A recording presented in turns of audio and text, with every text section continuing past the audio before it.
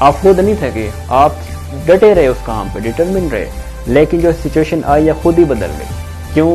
کیونکہ آپ نے اپنے مائنڈ میں سوچا ہوا تھا، اپنے آپ سے آپ نے اتنی اسٹرانگ کمیونیکیشن کی ہوئی تھی، اپنی ساری پاورز یوٹیلائز آپ نے کی، انرجیز کو ڈائریکٹ پازیٹیو ڈائریکشن میں یوز کیا، جس کے بعد آپ کامیاب ہو گئے. تو صبر کے بارے میں ایک بات میں نے دی 40 رولز آف لو کے ایک رول میں پڑھی تھی کہ صبر کا مطلب یہ ہے کہ آپ کے سامنے کانٹے ہوں لیکن آپ کو یقین ہو کہ ان کانٹوں کے پیچھے پھول موجود ہے.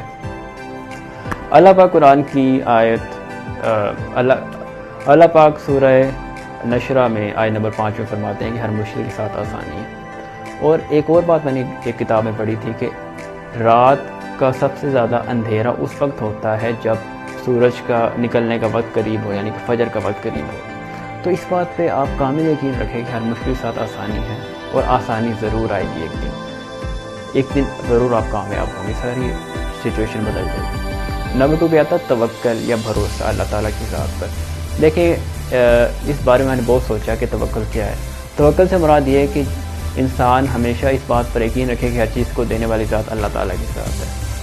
وہ جب جس کو چاہے جتنا دے سکتی ہے. اس پہ میں نے بہت خوبصورت ایک جملہ لکھا جو کہ میرے اپنے ہاتھوں سے لکھا ہوا، وہ یہ ہے کہ جب مل جانے کا یقین ہو تو چھین جانے کا خدشہ باقی نہیں رہتا. اللہ والے ہمیشہ ہر سچویشن میں شکر گزاری کا مظاہرہ کرتے ہیں. وہ جو بھی سچویشن آتی ہے ان کو پتہ ہے کہ مالک کی طرف سے ہے، وہ چاہے تو ابھی بدل دے، چاہے دیر سے بدلے، لیکن وہ اس چیز کو ایکسیپٹ کر کے اپنی ایفرٹ نہیں چھوڑتے، رواں دواں رہتے ہیں، اس پر توکل کرتے ہیں کہ انشاءاللہ میری اس کانشیس ایفرٹ کے بعد مجھے صبر کا، مجھے اپنی محنت کا پھل ضرور ملے گا.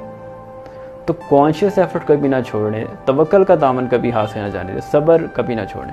اس کے بعد بات آتی ہے امید کی. امید سے مراد یہ کہ آپ نے اپنے مائنڈ میں یہ چیز امیجن کیا ہے کہ نہیں، اگر آج میں ناکام ہوں تو کل میں کامیاب ضرور ہوں گا. یہ ہوتی ہے ہوپ.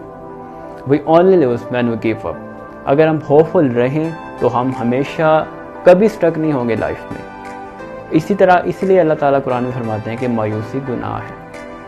ہمیں پر امید رہنا چاہیے اللہ تعالیٰ کی رحمت سے کہ وہ ضرور ایک دن جوش مارے گی اور ہم دوبارہ سے اٹھ کھڑے ہوں گے اور ہم کامیاب ہوں گے. اس کے بعد آتے گریٹیٹیوڈ. اللہ تعالیٰ قرآن میں فرماتے ہیں کہ تم شکر گزاری کرو گے تو میں تمہیں بلند کر دوں گا.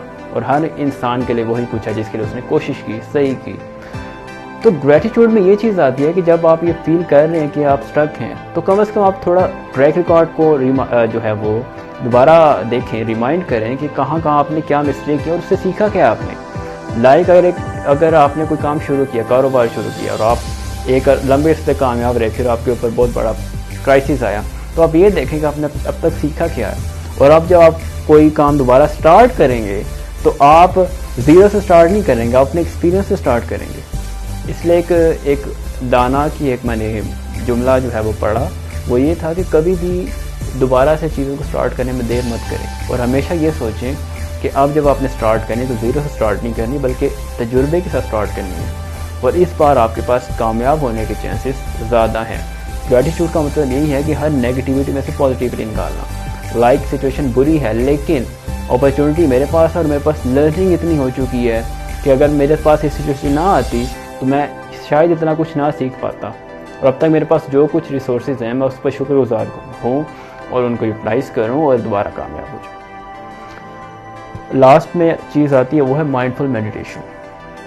ہمیشہ اپنے مائنڈ کو ریلیکس کریں کہ پریزنٹ مومنٹ میں آئیں، جو کچھ ہے چیزوں کو ایکسیپٹ کریں اور تھوڑی دیر کے لیے اپنے آپ سے کمیونیکیٹ کو اسٹرانگ کریں، اپنے آپ سے باتیں کریں، اپنے آپ کو انالائز کریں کہاں آپ کی مسٹیک ہے اور کہاں آپ اپنے آپ کو بہتر کر سکتے ہیں اور کہاں آپ کس سے ہیلپ لے سکتے ہیں، کس چیز کو دوبارہ آپ پالش کریں، کس ٹیلنٹ کو دوبارہ پالش کریں تو دوبارہ کامیاب ہو سکتے ہیں، اور آپ نے ماضی میں کیا کچھ حاصل کیا، کیا کچھ کھویا، اور کیا کھونے سے کیا سیکھا اور کیا ہونے سے کیا سیکھا.